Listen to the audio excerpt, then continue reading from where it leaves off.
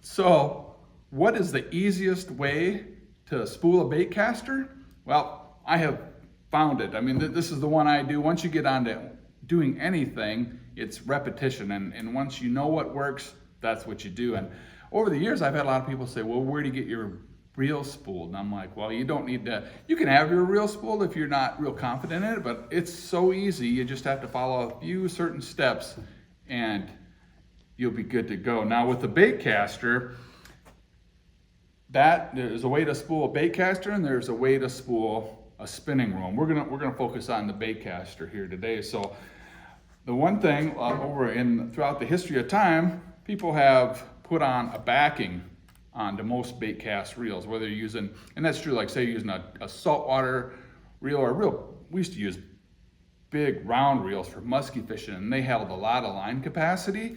And super line is expensive, you know, like the Suffolk stuff, it's expensive line compared to mono. So to actually spool your giant reel with super line, it wasn't that economical. So you put like some mono fluorocarbon or backing on there, and then for your usable line, if you wanted to use the super line, you put it there. Well, these reels, a lot of reels today have shallow spools, and the bait cast, even the bait cast reels that we use for musky fishing are lower profile. So I have eliminated backing. I do not use backing.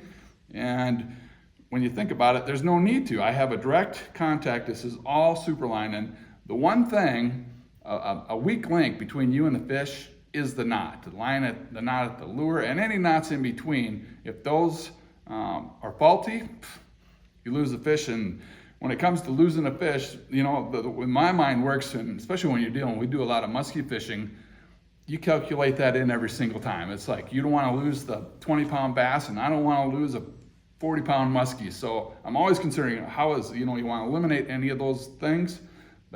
Therefore, I'm spooling this thing direct.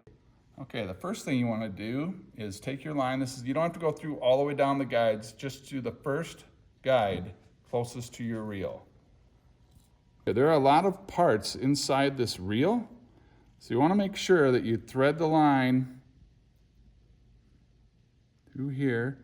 And then a lot of the bait cast reels have holes in them nowadays, so you can actually put that in one of those holes.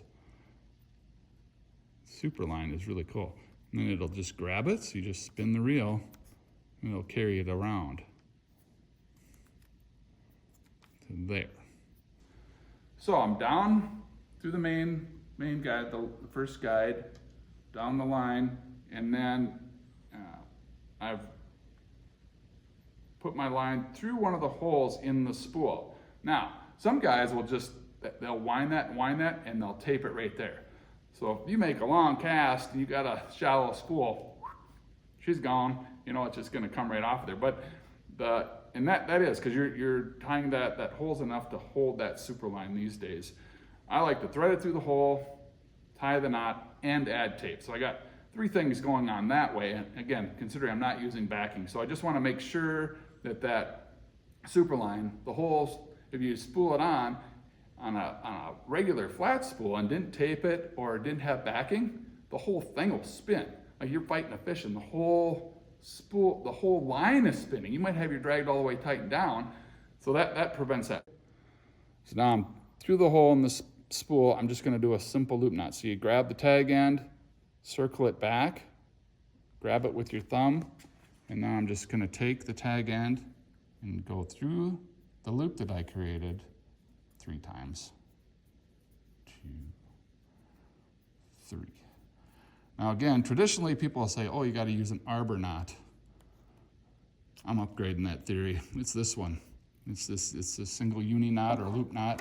You want to cut this tag line right here.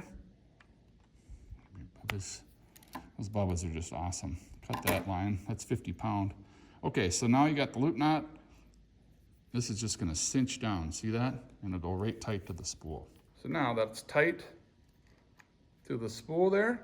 And my last security measure, I'm just gonna put a little piece of electrical tape on that spool, and that's the last thing I need to do before spooling this reel.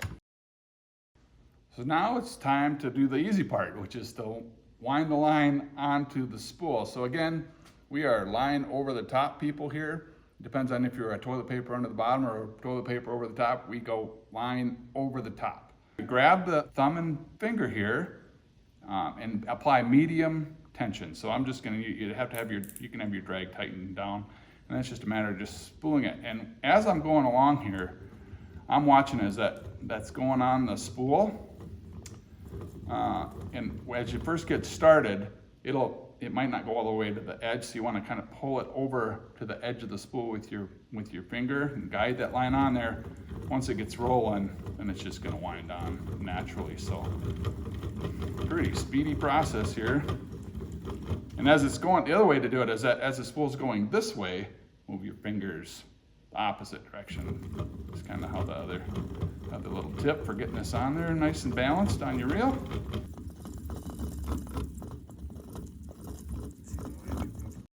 So, boom, done deal. You know, the other thing, the last thing is with your spool, you want to stay within about 1/8 of an inch of the top of the spool. You don't want to fill it too full, and that'll start to have this curvature. That's going to cause problems. And you can fill a little fuller if you want to with the suffix or super line, but mono and fluorocarbon hypercritical. You want to keep that line down there so you're under control with that line. And that is about it. It's a simple process. You know, again, your spool's there over the top onto the Baitcast reel, and boom, you got that baby ready for summer. Hey, thanks for joining us today. If you like what we do here on YouTube channel, please subscribe and join us next time for another Angling Edge tip.